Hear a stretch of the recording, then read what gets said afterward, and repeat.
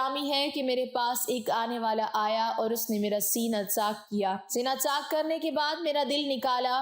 پھر میرے پاس سونے کا ایک تشت لایا گیا جو ایمان و حکمت سے لبریز تھا. اس کے بعد میرے دل کو دھویا گیا، پھر وہ ایمان و حکمت سے لبریز ہو گیا. اس قلب کو سینہ اقدس میں اس جگہ پر رکھ دیا گیا. بخاری شریف کی جلد نمبر اول میں صفحہ نمبر 568 پر یہ بات درج ہے. مسلم شریف کی بات کی جائے تو جلد اول صفحہ نمبر 92 پر یہ بات ہے کہ مسلم شریف میں ہے حضرت جبرائیل علیہ السلام نے سینہ چاک کرنے کے بعد قلب مبارک کو زمزم کے پانی سے دھویا اور سینہ مبارک میں رکھ کر سینہ بند کر دیا. حضرت جبرائیل امین علیہ السلام فرماتے ہیں کہ قلب ہر قسم کی کچی سے پاک اور بے عیب ہے، اور اس میں 2 آنکھیں ہیں جو دیکھتی ہیں اور 2 کان ہیں جو سنتے ہیں. یہ فتح الباری کی روایت ہے. جلد نمبر 13 صفحہ نمبر 610 پر سینہ اقدس کے شک کیے جانے میں کئی حکمتیں ہیں، جن میں ایک حکمت یہ ہے کہ قلب اطہر میں ایسی قوت قدسیہ شامل ہو جائے جس سے آسمانوں پر تشریف لے جانے اور عالم سماوات کا مشاہدہ کرنے، بالخصوص دیدار الہی کرنے میں کوئی دقت اور دشواری پیش نہ آئے. پھر آپ صلی اللہ علیہ وسلم کے سر انور پر امامہ باندھ دیا گیا. علامہ کاظمی رحمۃ اللہ تعالی علیہ فرماتے ہیں شب معراج حضرت محمد صلی اللہ علیہ وسلم کو جو امامہ شریف پہنایا گیا وہ امامہ مبارک حضرت آدم علیہ السلام کی پیدائش سے 7000 سال پہلے کا تیار کیا ہوا تھا.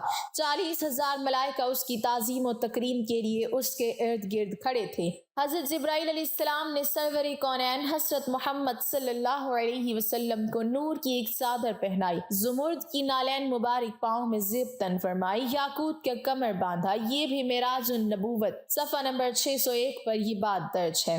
حضور صلی اللہ علیہ وسلم نے براق کا حلیہ بیان کرتے ہوئے ارشاد فرمایا سینہ سرخ یاقوت کی مانند چمک رہا تھا، اس کی پشت پر بجلی گونجتی تھی، ٹانگیں دم مرجان سر اور اس کی گردن یاقوت سے بنائی گئی تھی. بہشت زین اس پر کسی ہوئی تھی جس کے ساتھ سرخ یاقوت کے 2 رکاب آویزاں تھے. اس کی پیشانی پر لا الہ الا اللہ محمد رسول اللہ لکھا ہوا تھا. چند لمحوں کے بعد وہ وقت بھی آ گیا کہ سرور کونین حضرت محمد صلی اللہ علیہ وسلم براق پر تشریف فرما ہو گئے. حضرت جبرائیل علیہ السلام نے رکاب تھام لی، حضرت میکائیل نے لگام پکڑ لی، حضرت اسرافیل نے ذہن کو سنبھالا. حضرت امام کاظمی رحمۃ اللہ علیہ فرماتے ہیں یہ معراج کی رات 80,000 فرشتے حضور صلی اللہ علیہ وسلم کے دائیں طرف اور 80,000 بائیں طرف تھے. فضا فرشتوں کی درود و سلام کی صداؤں سے گونج اٹھی اور آقا نامدار حضرت محمد صلی اللہ علیہ وسلم درود و سلام کی گونج میں سفر معراج کا آغاز فرماتے ہیں. اس واقعے کو قرآن مجید میں اللہ تعالیٰ نے اس طرح بیان فرمایا ہے کہ وہ ذات اور نقص اور کمزوری سے پاک ہے جو رات کے تھوڑے سے حصے میں اپنے محبوب اور مکرم بندے کو مسجد حرام سے مسجد اقصی تک لے گئی، جس کے گرد و نواح کو ہم نے بابرکت بنا دیا ہے تاکہ ہم اس بندہ کامل کو اپنی نشانیاں دکھائیں. سورۃ البنی اسرائیل کی یہ آیت کا ترجمہ بھی بیان کیا گیا ہے. آپ صلی اللہ علیہ وسلم نہایت شان و شوکت سے ملائکہ کے جلوس میں مسجد حرام سے مسجد اقصی کی طرف روانہ ہوتے ہیں.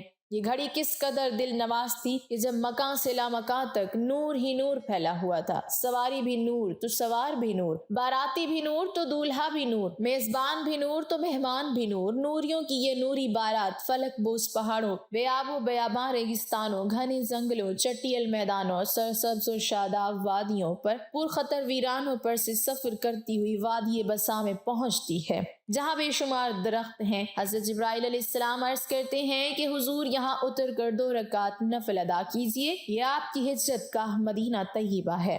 نفل کی ادائیگی کے بعد پھر سفر شروع ہوتا ہے. راستے میں ایک سرخ ٹیلہ آتا ہے جہاں حضرت موسیٰ علیہ السلام کی قبر ہے. حضرت موسیٰ علیہ السلام اس موقع پر ارشاد فرماتے ہیں کہ معراج کی رات میں سرخ ٹیلے سے گزرا تو میں نے دیکھا کہ وہاں موسیٰ علیہ السلام کی قبر ہے اور وہ اپنی قبر میں کھڑے ہو کر نماز پڑھ رہے ہیں. پھر دیکھتے ہی دیکھتے بیت المقدس بھی آ گیا جہاں قدسیوں کا جمع غفیر سلامی کے لیے موجود ہے. علماء خوش آمدید کہنے کے لیے اور تقریباً 1,24,000 انصار انبیاء و مرسلین استقبال کے لیے بے چین اور بے قرار کھڑے تھے۔ حضور نبی کریم صلی اللہ علیہ وسلم اس مقام پر تشریف فرما ہوئے جسے باب محمد صلی اللہ علیہ وسلم کہا جاتا ہے۔ حضرت جبرائیل علیہ السلام ایک پتھر کے پاس آئے جو اس جگہ موجود تھا۔ حضرت جبرائیل علیہ السلام نے اس پتھر میں اپنی انگلی مار کر اس میں سوراخ کر دیا اور براق کو اس میں باندھ دیا۔ یہ تفسیر ابن کثیر کی جلد نمبر 3 صفحہ نمبر 7 پر درج ہے۔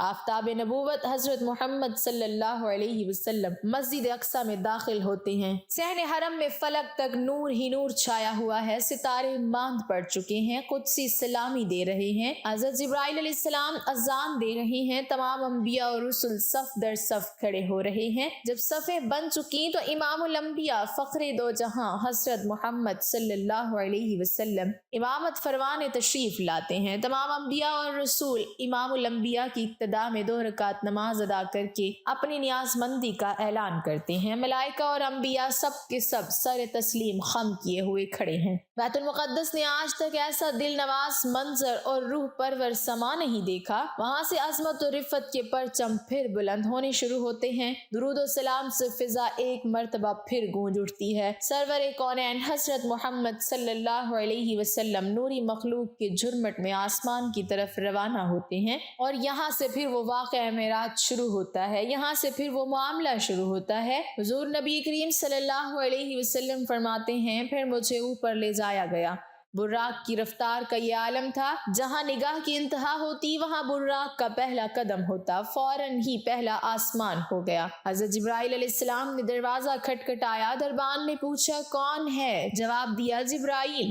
دربان نے پوچھا تمہارے ساتھ کون ہے؟ حضرت جبرائیل علیہ السلام نے کہا حضرت محمد صلی اللہ علیہ وسلم۔ دربان نے کہا مرحبا، دروازہ انہی کے لیے کھولے جائیں گے۔ چنانچہ دروازہ کھولا گیا۔ رحمت عالم صلی اللہ علیہ وسلم کی ملاقات حضرت آدم علیہ السلام سے ہوئی۔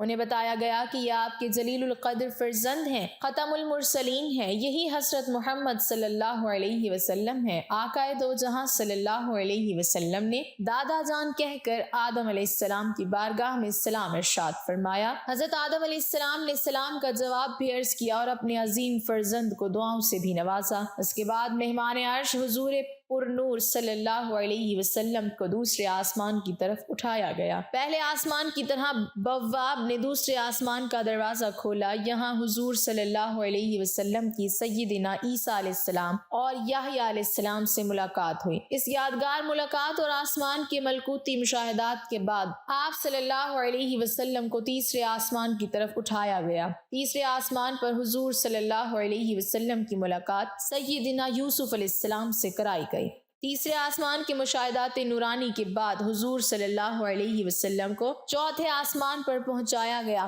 چوتھے آسمان پر تاجدار کائنات صلی اللہ علیہ وسلم کی ملاقات حضرت ادریس علیہ السلام سے کرائی گئی۔ اسی طرح حضور صلی اللہ علیہ وسلم سفر معراج طے کرتے ہوئے پانچویں آسمان پر پہنچے تو وہاں حضرت ہارون علیہ السلام سے ملاقات ہوئی۔ چھٹے آسمان پر حضور صلی اللہ علیہ وسلم کی ملاقات سیدنا موسیٰ علیہ السلام سے ملاقات ہوئی۔ حضرت موسیٰ علیہ السلام کی چشمان مقدس اشک بار ہو گئیں۔ حضور صلی اللہ علیہ وسلم کی عظمت اور رفت کو دیکھ کر رشک کے آنسو چھلک پڑے۔ آپ کی زبان اقدس سے بے اختیار نکلا کہ خدائے بزرگ و برتر کے یہ وہ برگزیدہ رسول ہیں جن کی امت کو میری امت پر شرف عطا کیا گیا۔ میری امت پر جسے بزرگی عطا ہوئی یہ وہی رسول برحق ہیں جن کی امت کو میری امت کے مقابلے میں کثرت کے ساتھ جنت میں داخل کیا گیا۔ مہمان ذی حشم حضور رحمت عالم صلی اللہ علیہ وسلم کی ملاقات ساتویں آسمان پر حضرت ابراہیم علیہ السلام سے ہوئی۔ اس کے بعد حضرت محمد صلی اللہ علیہ وسلم جو تخلیق میں واحد ہستی ہیں جبریل امین علیہ السلام کے ساتھ سدرۃ المنتہا تک سفر کیا۔ اس مقام پر اللہ تعالیٰ نے انسانوں کو 5 نمازوں کا تحفہ عنایت کیا۔ معراج کا واقعہ جس رات پیش آیا اس رات رسول اللہ صلی اللہ علیہ وسلم اپنے چچا زاد بہن ام ہانی کے گھر مقیم تھے۔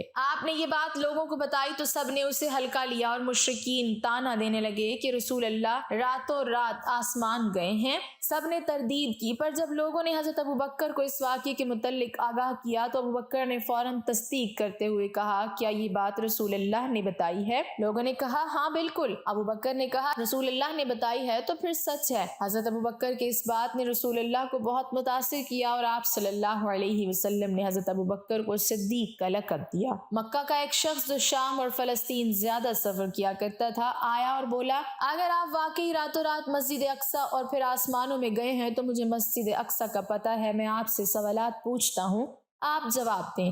پھر اس شخص نے رسول اللہ سے مسجد اقصی اور اس کے خود و خال کے متعلق بے شمار سوالات کیے اور رسول اللہ نے سب کے ٹھیک ٹھیک جوابات دیے۔ اس شخص نے رسول اللہ کے تمام جوابات کو درست قرار دیا۔ رسول اللہ صلی اللہ علیہ وسلم نے اللہ سے پردے میں بات کرنے کا شرف حاصل کیا جو اور کسی کو حاصل نہیں ہوا۔ کائنات کی اس افضل ترین رات میں اللہ تعالیٰ نے حضرت محمد صلی اللہ علیہ وسلم کو 50 نمازیں بطور تحفہ دی جن کی تعداد بعد میں کم کر کے 5 کر دی گئی۔ اللہ پاک ہمیں دین کا پیروکار بنائے اور ہمیں حضور نبی اکرم صلی اللہ علیہ وسلم کے نقش قدم پر چلنے کی توفیق عطا فرمائے اور ہمارا خاتمہ ایمان پر فرمائے، آمین۔ ناظرین کمنٹ باکس میں اللہ تعالیٰ کے 99 ناموں میں سے ایک نام ضرور ٹائپ کریں۔